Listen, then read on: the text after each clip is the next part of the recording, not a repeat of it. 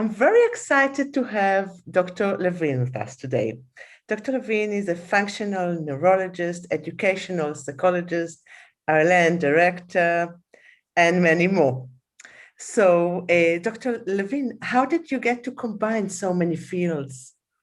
Okay. So long story short, I started in education and I spent several years in a classroom and pretty quickly figured out that there were too many children below grade level and too many children above grade level that weren't ever going to get the help they needed. That those kids in the middle, it doesn't matter who the teacher is, they're going to get what they need. I was worried about the ones that couldn't read in the 7th grade and the ones that were reading on a college level in the 7th grade, because those two groups weren't going to get any help. So I went back to school because I wanted to work more on those kinds of ends, and went back to school and did a PhD in in educational psychology first, to work with learning disabilities and attention disorders and all the things that come up in school that when life just doesn't work. And then it was like, there's always that, but there's more to learn. There's more to know. There's another, right? And so then I added the psychology. And then I was doing a lot of talk therapy and working more from that angle, more of the psychology, less of the education. And I just kept thinking, there's more to this. There's more to this. And science has gotten so much better. And we're able to connect dots that were never connectable before. When I got my PhD in psychology, the education or the psychology building was over here and the science building was over here. And I didn't have to have a lot of science. I didn't have to know a lot about the brain, right? Emotions and the mind was different. And now we know it's all in your gut, right? And so when I started working when I started looking around about what to do, the functional neurologist just made so much sense. So I started down that path and did a couple of different certifications in functional neurology. And then I found Dr. Robert Malelo and started working his certification program, which just was just the thing that brought it all together for me, right? It was like, oh, now all this other stuff makes sense. And then I met these amazing friends and colleagues, Dr. Brandon Crawford and Dr. Kyle Daigle and Dr. Ryan Cedarmark, and just these amazing people who had all of these things already figured out. And I'm like, okay, because you've heard that line about, hang out with the 5 smartest people that you know. Right. Exactly. And so it's just been amazing. I mean, this has just been so much fun. And it's so important because so I work out of I work out of a clinic in Ocala, Florida, 1 week a month. That's where I am this week. I'm in Ocala. And we have a wonderfully collaborative functional medicine clinic here called Faithfully Guided Health Center. And I met with the therapy group, the therapists, on Monday morning. We had like an office meeting.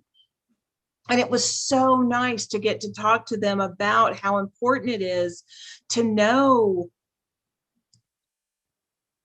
where to start, because you can't do any top-down regulation in the brain until we've done the bottom-up work.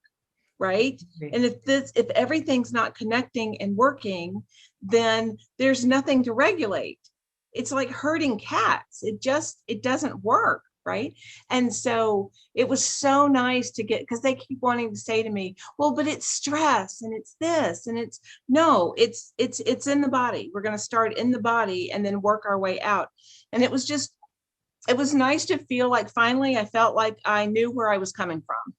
Right. And to be able to explain it. So, yeah. So it's been a long, weird, twisty road to get here. And, next month we'll add something else to the pie, there'll be another piece coming. But for now, yeah, I feel like I feel like this work is so important. Vital. So what is exactly functional neurology for the ones who don't know? So when you go, typically, when you go to a regular neurologist, they're looking for pathology. They're looking for something to be wrong. We're looking for a problem and something that we can give a label to. And with functional neurology, we're looking for a solution. There's some kind of miscommunication in the brain, in the hemispheres. We talk often about a brain imbalance, right? So in a brain imbalance, the two hemispheres aren't communicating like we want them to. They're not talking to each other in the same language, they can't interact because they can't understand each other. So with a brain imbalance, this lack of integrity between the two hemispheres creates more issues, because then everything working off of that can't function the way we want it to. And so with a functional neurologist, what we do is we want to find the areas that are where there are areas of deficit. We want to find the areas that aren't working. And then we want to find the areas that are working. So we kind of do an initial evaluation to determine what's working and what's not, where there's miscommunication or no communication sometimes. And then we work each hemisphere, or sometimes even each individual part of the brain, in a way that if we're working the side of deficit, we're going to do things that build it up, that create more strength, right? It's like working any other kind of muscle in the body. The brain's the same way. So we're going to work that muscle that's weak. And then that muscle that's overworked, that's kind of over aroused and takes over, it learns how to back off. So we can come back into a place of balance. So neurologically, what we're wanting is for both hemispheres to communicate correctly, for us to make the right brain wave in the right part of the brain in the right amount, and make sure that the skill sets that the right brain is responsible for, that those are working, and skill sets that the left brain is responsible for, that those are working. So everything works together. Uh-huh. So you, as a psychologist as well, would you be starting like with primitive reflexes as bottom-up approach? Absolutely. And I don't care if you're 5 years old or 95 years old, we start with primitive reflexes, because primitive reflexes are those reflexes, I'm sure you guys have talked about this, right? That we're born with. They're what get us here and allow us to develop during that first year, 18 months, that kind of time frame. And then what I have learned in this course, or through all of this work, is that a strong brain doesn't do things well. A strong brain inhibits well. And if those primitive reflexes aren't inhibited, then there are other things that aren't going to work the way we want them to, right? And it's so fascinating to me, because it's not about intelligence, and it's not about education level, and it's not about any of those outside factors. It's about what's working internally and what's not. And so many things can cause primitive reflexes to not integrate, or to not be inhibited, or to come back out years later. I had a traumatic brain injury 6.5 years ago. And even now, I'm still working on Moreau reflex. Wow. Right? It's still, that's the one that everything else is totally integrated, and there aren't any issues at all. And I can get the Moreau really under control, and then I can have a really stressful week, or some kind of emotional stress, or be extremely tired, and it'll be back, right? So it's really interesting to be on both sides of it. And I think that's one of the reasons I enjoy this work so much, is because I get it. And if I'm in a space where I'm responding with a Moreau reflex, then I know my sympathetic is in charge. And I know that my central nervous system is trying to take over my autonomic nervous system. And so I get it, but I'm still going to jump if you scare me, Oh. And so I'm doing the exercises too. I'm using the laser on the right, to do the brain balancing. I'm doing my food sensitivities. I mean, I'm keeping up with everything I know to keep up with because I want to be as clear as possible too, right? Exactly. Now, when we speak about sensory integration, so we're speaking about the different senses, and you were director of the Irlen syndrome. So is it something like vision therapy? It's very different than vision therapy. So I was glad about this question. So I love vision therapy because it can make huge shifts in the brain and in the processing, and it's amazing. One of the issues with vision therapy is those tiny detail things, like really consistently tracking and focus and attention. And those kinds of things are hard to keep if you don't keep continually doing the exercises, because the visual cortex has the least amount of neuroplasticity of any part of the brain. And so it's the hardest part to actually change that, where vision therapy can make huge shifts in other areas and in parts of the visual centers, but in that place that does the tracking and the focus and the attention and those kinds of things, it's really hard to make really lasting neuroplastic changes just because that area is so difficult to change. So with Irlen, because you can see my lenses are tinted, right? Yes. Because I have this too. So with Irlen, what we're doing is we're finding the frequencies of light that our brains don't process. And because we don't process those specific frequencies, whatever they are, then we can have reading issues like tracking or comprehension, or just losing your place and not being able to stay on the right line, those kinds of things. Irlen, the lack of light, the lack of the ability to process light can also cause issues like depth perception issues. And I tell the story all the time, but it's true. So this person can't get on an escalator. I have no idea where to put my foot, right? I just stand in front of it and kind of rock and just guess at some point, jump on. And this person thinks she's Beyonce going down the escalator. I don't have to even think about it. I can get in the airport and I can have all the luggage and everything all wrapped around me, and I still can just walk right on the escalator and go because I know where I am. And so my depth perception is greatly improved. It also helps with anxiety and depression. And it's so interesting to me because the inability to process light or being light sensitive is so many more things than needing sunglasses on a bright day, right? And so I think it's an amazing thing to combine with vision therapy. Yes. Because then really the whole brain is in a place where it can make those changes. Exactly. So it will be vision therapists who subscribe these glasses, or you need to go to a different practitioner? So we do have some vision therapists who are certified in Irlen. But in order to be evaluated for Irlen lenses, you have to find someone who is an Irlen screener, can do the initial testing, and an Irlen diagnostician can do the lens evaluation. And I have other companies that say that they can do the same thing. And I've trained with 2 other companies that say that they can do this. And I have it. So I figure I'm a pretty good guinea pig.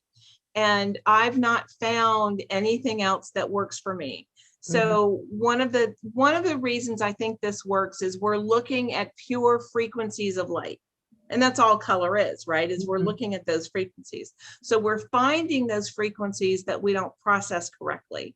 And it's so exact and it's so precise. Every pair of lenses in the world, and Irlen's in 46 countries. So every pair of lenses in the world, except for Australia, New Zealand, and South Africa, are made in Long Beach, California. We have one lab, and so they have total control, and everything, it goes through a colorimeter, and everything, those frequencies are so exact. So I'll test somebody, we come up with a combination, I'll send them to the eyeglass store to buy frames to send for lenses. And, the eyeglass people will say, well, I can make you blue glasses, don't go through all that trouble.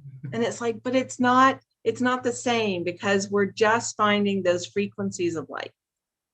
Exactly. And another sense, the auditory sense. So you specialize with brain tap, right? Oh, I love brain tap. One-stop shopping, baby. So the brain tap is it's just the most amazing thing. So I love it because it's easy and it's simple and it's quick. And that's my idea of therapy. I want therapy to be easy and fast and relatively inexpensive. That's my goal always, right? And so with brain tap, oh, I wish I had one with me. So with brain tap, you have a headset. Yes. And then it also has a visor that comes down, and there are lights that are going to flash. And so when the lights are flashing, they're training the brain to go into a theta state, because theta is where all the healing happens. So God lives in theta, the monsters live in theta, creativity lives in theta, but every bit of theta is all about healing. So we're working to get the brain down into a theta state. And then my friend, Dr. Patrick Porter, does the majority of the sessions, and you'll hear his voice. And it's amazing. So I work with my dentist in Atlanta, who has so many patients that are terrified of going to the dentist. And so I told her, I said, send them to me. I've got this whole brain tap series on dentists. Let's do some experiments and let's see, can we really get them over their fear of the dentist? And sure enough, now she just calls and meets. They come in and they're nervous, and she's like, nope, go see Dr. Jeri and then come back to me. And they can sit in the chair and have their teeth cleaned or a cavity filled or whatever. So it's so awesome. The sessions last about 20 to 23 minutes, depending. They're series for adults and for children. There are all kinds of different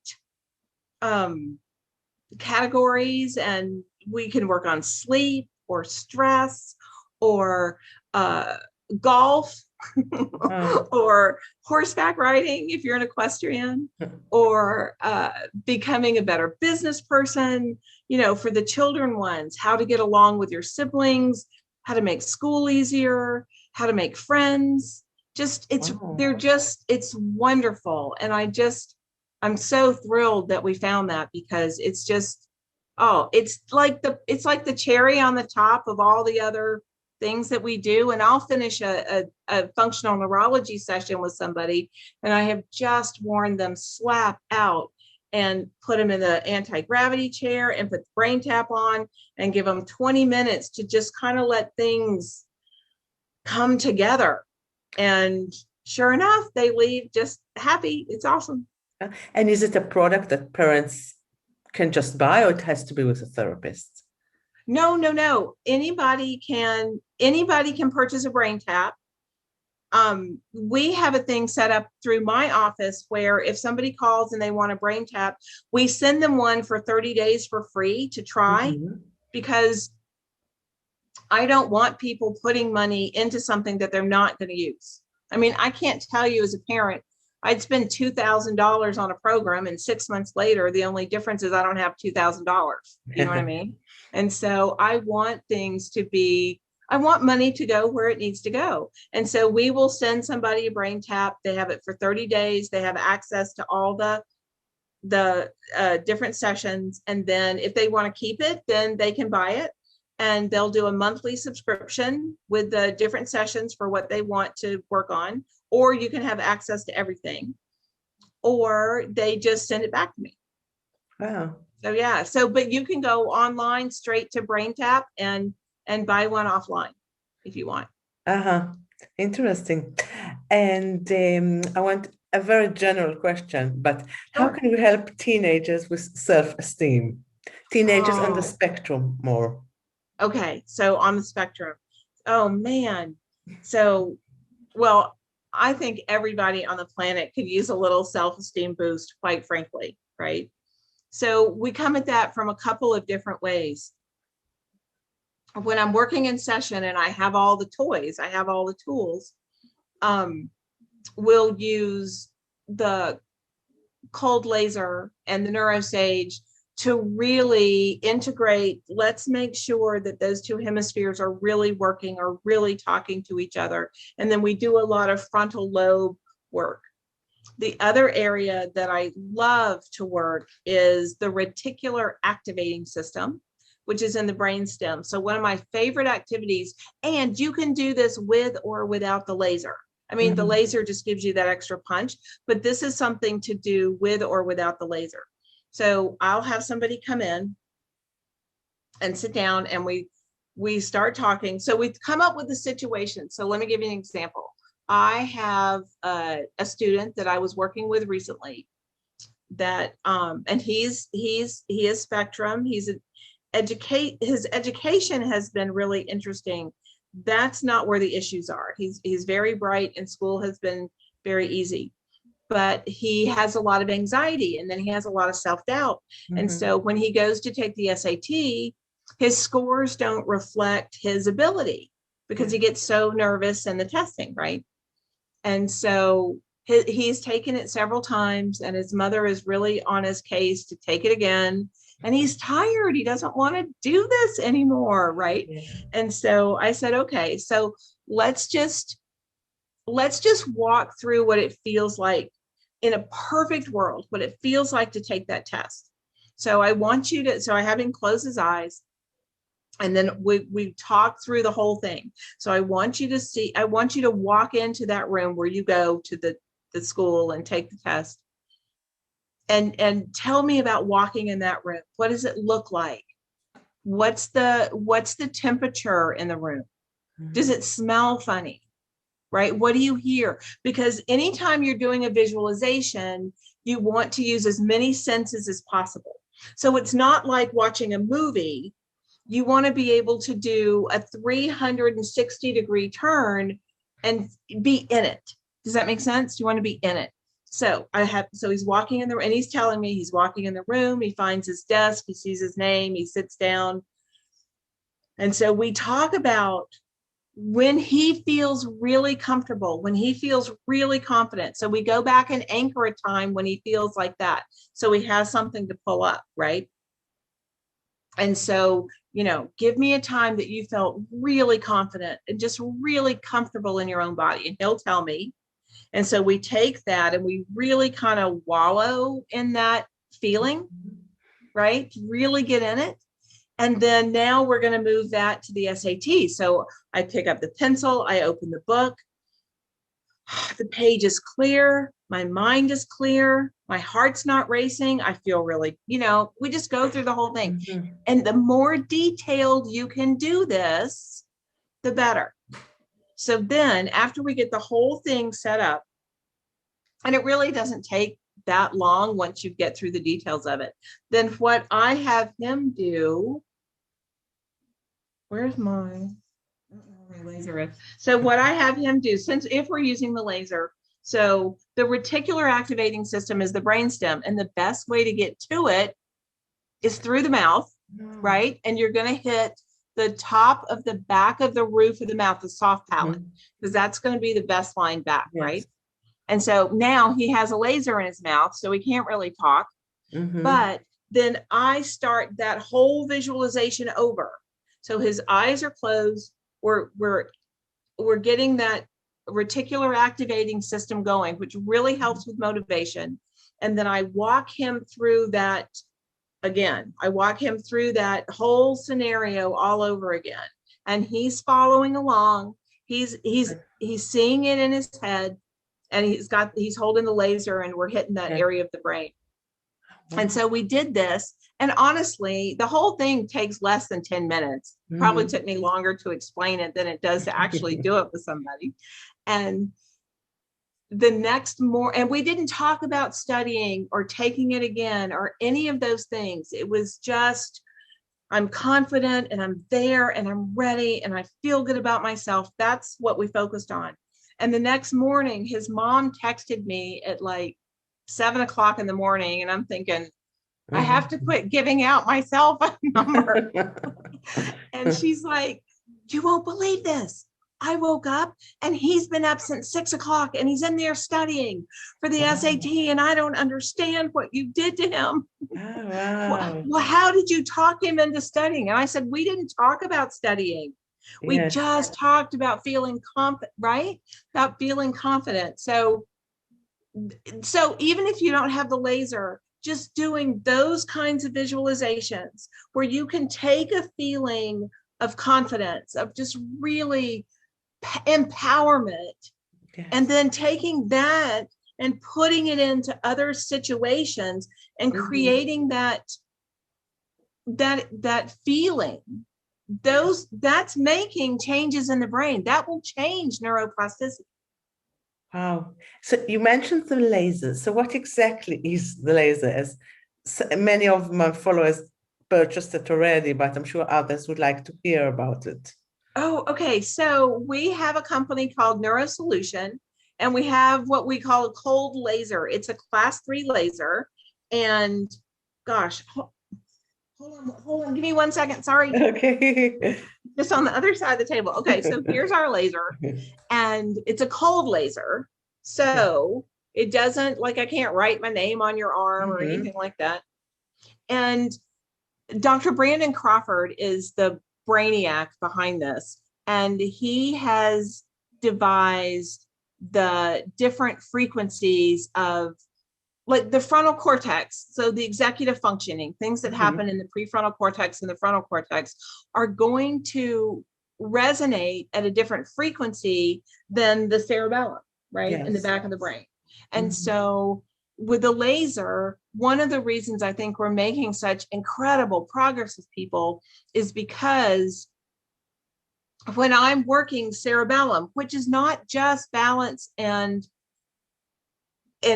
motor control, cerebellum is thought control, emotional control, which are just as important, right? Especially when we get those teenagers. And so if I'm working cerebellum, then I have the exact frequency of the cerebellum. And then when I'm working with someone who has panic disorder and I want to run theta on their orbital frontal, I'm putting in that exact frequency. And so I think one of the reasons, because I've been playing with lasers for years and was so excited to get hooked up with these guys, because being this exact, I think, makes all the difference in the world. And being able to really pinpoint, if you're working kidney, then you put it on the kidney sets, if you're working pain. So wherever there's pain, I'm with the laser, I'm speaking to the body in the body's language. Yes. Right. And creating that same frequency, because what we want to do is remind the cells what homeostasis is. We want to remind the cells what balance is so they can find their way back. And I love the laser because, well, and all of these things that we're doing, because we're not looking for a Band-Aid. We're looking for a way to make the system work the way God intended. And so to be able to bring somebody, including me, back to harmony, back to balance, it's just, it's so fun, right? Every day is just, it's an adventure, because I don't know what's going to come up today, but I know that we have the tools to handle it, right? And is there a minimum of, a maximum of minutes you can use it per day? It depends on what you're doing. So for certain things, you want to be real specific with the time frame. For example, when I talked about using the theta setting to stop panic attacks, yes, that that particular, if we're working here, that lasts anywhere from 30 seconds to 2 minutes, depending on the person. Mm-hmm. But if I'm working vagus nerve, so I hit that Shinmen, I hit that great place for the auricular. Yes. And honey, you could sit here all day. Wow. If I'm working, I work with here in Florida, I work with a lot of kidney patients. And so if we're working, even if we're doing something else, I will keep that laser on that kidney or lasers on the kidneys for an entire session. So that can be up to an hour. Mm-hmm. Absolutely. So it really depends on what you're doing. If we're working on calming the system, those kinds of things, then typically you can leave the laser on for long lengths of time. Mm-hmm. And for example, settings like essential oil, you'd use it more for anxiety or? Oh, I use essential oils for everything, even with studying. So if you're studying math, you would put just a little bit of peppermint oil right here, right underneath the nose, right, while you're studying. And then when you go to take that math test, you put that peppermint oil and it helps bring the math back. And you can use different oils for different subjects. So when I'm working with kids, that's one of the first things we do at the beginning of the school year is every subject gets its own oil. Oh, wow. So if they're doing English, then we'll use orange or whatever. You want them to be different, right? You want them to really smell differently, but those scents will activate the areas of the brain where they have stored that information, and it helps so much with recall. Wow. Yeah. And then when we're working hemispheres, if I'm working right hemisphere, smell is ipsilateral, same side of the brain, right? Yes. So if we're working hemispheres, we'll put oil on if I'm working the right side, the oil goes on the right side of the face, just right by the nose. Or if we're working left hemisphere, it'll go here. And that helps so much. When I'm working with stroke patients that have trouble talking, we'll put peppermint on the roof of the mouth. Yeah. And it helps with organizing thoughts. It helps with speech, all kinds of things. So the oils, there are as many uses for oils as there are oils. And one of the cool things about the laser is that Brandon has included, I think about maybe 10 essential oil frequencies in the laser. So rose is really great for pain.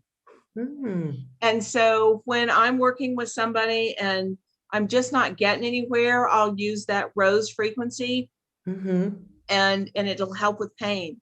And my students I told you about, they'll pick the oils for the subjects.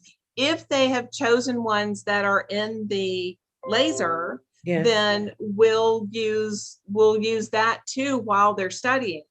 Right? Or if we're preparing to take a test or that kind of thing. I don't do so much tutoring anymore as I do just working on those, like, especially with anxiety, test taking always comes up. So we spend time working on that. And while we're working on reducing that anxiety, if there's an English test coming up and whatever oil, peppermint oil, then I'll put the peppermint on on whatever part of the brain we're working while we're working on that self-esteem, just to give it that extra punch. Wow. So interesting. Yeah, it's so fun. How can people learn more about your work, Dr. Jeri, and the Neurosage? Oh, okay. There's so many places to go. Okay. So luckily we have the World Wide Web and there's so much information out there. So you can find me on efficientbrain.com. That's my website. That's the easiest way to reach me. And if you have any questions or just curious about anything, don't hesitate to reach out. I'm happy to talk to you about things. And let's see, if you want more information on brain balancing and those kinds of things, I have information on my website. Dr. Robert Malelo, I think it's just drrobertmalelo.com, I think. But if you Google Robert Malelo, you can find him. He's easy to find. For more information on Irlen, there's a link from my website to the Irlen website. It's IRLEN.com. And if you want information on our lasers, then you would go to not slash, what do you call it? Thank you. Neuro-solution.com. And you can get information on that. For Brain Tap, there's information again on my website, or you can go to braintap.com too. Okay. So there's tons of information out there. Oh, thank you so much for the time and all the learning that we've been doing today. Thank you so much. Oh, I appreciate you. Thank you so much.